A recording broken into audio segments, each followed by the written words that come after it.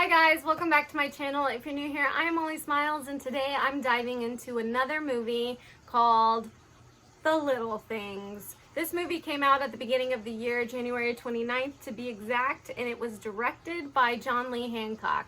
It has actors that you may know, such as Rami Malek, why can't I remember, Denzel Washington, and Jared Leto.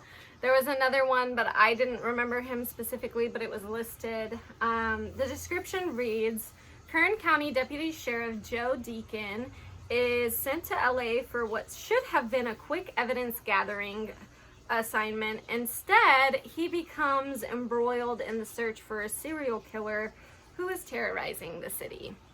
So this movie runs for 2 hours and 8 minutes. It is set under the genre of crime, thriller, also drama I've seen thrown in there. It got a 46% rating on Rotten Tomatoes, and it got a 6.3 rating out of 10 on IMDb.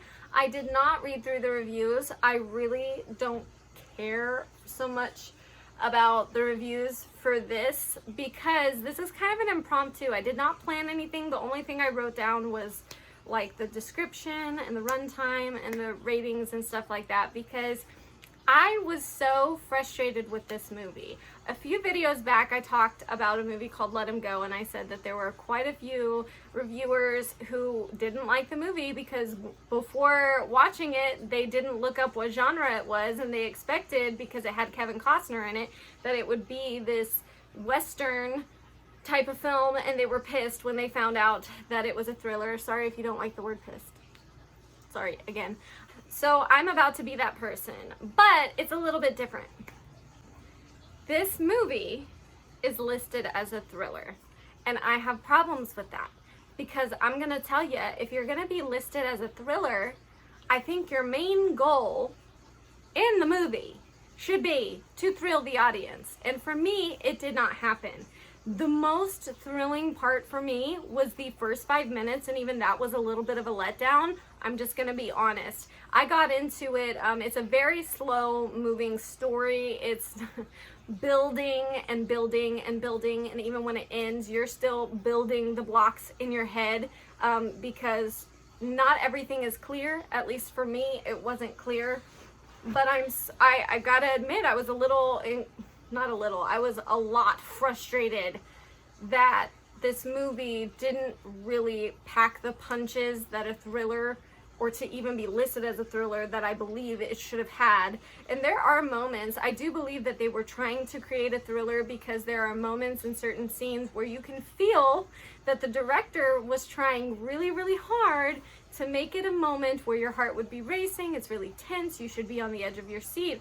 But for me, it wasn't there.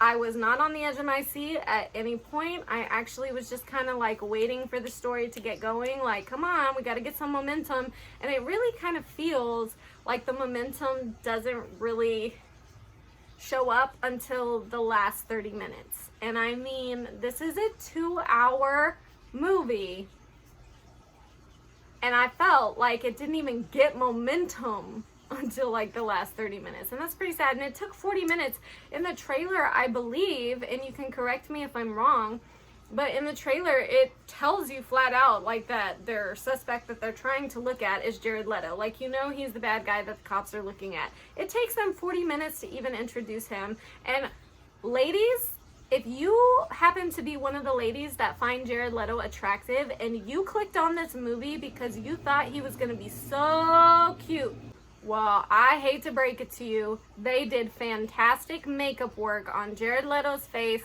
and he is the most hideous, creepy looking man I've ever seen in my life, and that is not a lie. I definitely would have made him a suspect from beginning to end. This is why I'm not a cop, because I'm just like, you look creepy, so you must be guilty. So, yeah, don't watch the movie if you think he's going to be cute. He is not. He's very creepy, and it will probably destroy how you see him just because of how creepy he is in general, like his character and everything, which, great acting. So the storyline, what I want to talk about now, is the storyline actually wasn't bad. I'm not saying that this was a bad movie. I was very frustrated that it didn't seem to pack the punches that a thriller should. And for me, I'm a mother, so my only time to watch these types of movies is when my kids are napping or at school. And I have one that goes to school and one that stays home with me, so technically when he's napping. So if I want to watch a thriller, I want to be thrilled. And I only have a short amount of time to do so. So if I pick a wrong movie, or a movie is described very, very off, then that was my chance, you know. So I was frustrated by that, yes. But the storytelling is really good. I enjoyed the story.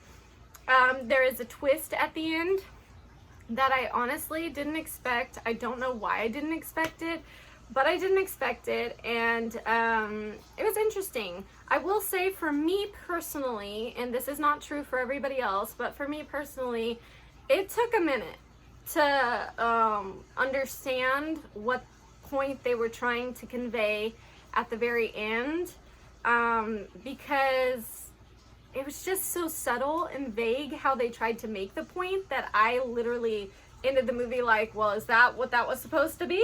Is that who that was? You know, like, what? And I actually, excuse me, I'm so sorry. I actually had to look up and make sure that my assumption of what they were trying to say was correct. And it was. So, like, I got the idea enough, but I wasn't sure. And my mom and my dad, they watched it on their own as well, and I had asked them about it. My mom had the same kind of unsureness about it, but my dad was sure and got everything from the get-go. So that's why I say, like, that was me personally. It wasn't entirely clear. It was very vague, so it left you wondering, is that what they were trying to say, or what were they trying to say? But my dad understood it, so that could just be me, a disconnect with me. But that being said, if you watch this movie, I would say to make sure you can pay attention, especially towards the end. I mean, in any movie that you watch, if you want to get the full experience, you should pay full attention. But this one, I would say you need to pay full attention just so that you're not like me. And I'm not saying I didn't pay attention. I certainly did. But that you have a better chance of completely getting the movie at the end. Just saying, okay? So, it was a good movie. I personally don't like super slow movies, but that doesn't mean the story wasn't good and everything, and the acting was fantastic, and I did enjoy it. I think I didn't enjoy the fact that I was expecting something that I never got, and so it was very frustrating for me. I am one of those people who just loves to have my heart racing while watching a movie, and it just wasn't there. Just gonna tell you, it wasn't there. But anyways, that is my review of this movie. I think if you want to watch this on a Friday or a Saturday night, or any night of the week, have at it. Let me know what you think. If you have the same thoughts as me, let me know. If you saw this movie completely differently, if you thought it was thrilling, also let me know. I love to have all the opinions, especially different ones, and just to get that side. But if you liked this video and this made you watch The Little Things, Why Can't I Speak? Please give me a like, leave a comment, and subscribe. And I will hopefully be back with another video next week. Bye!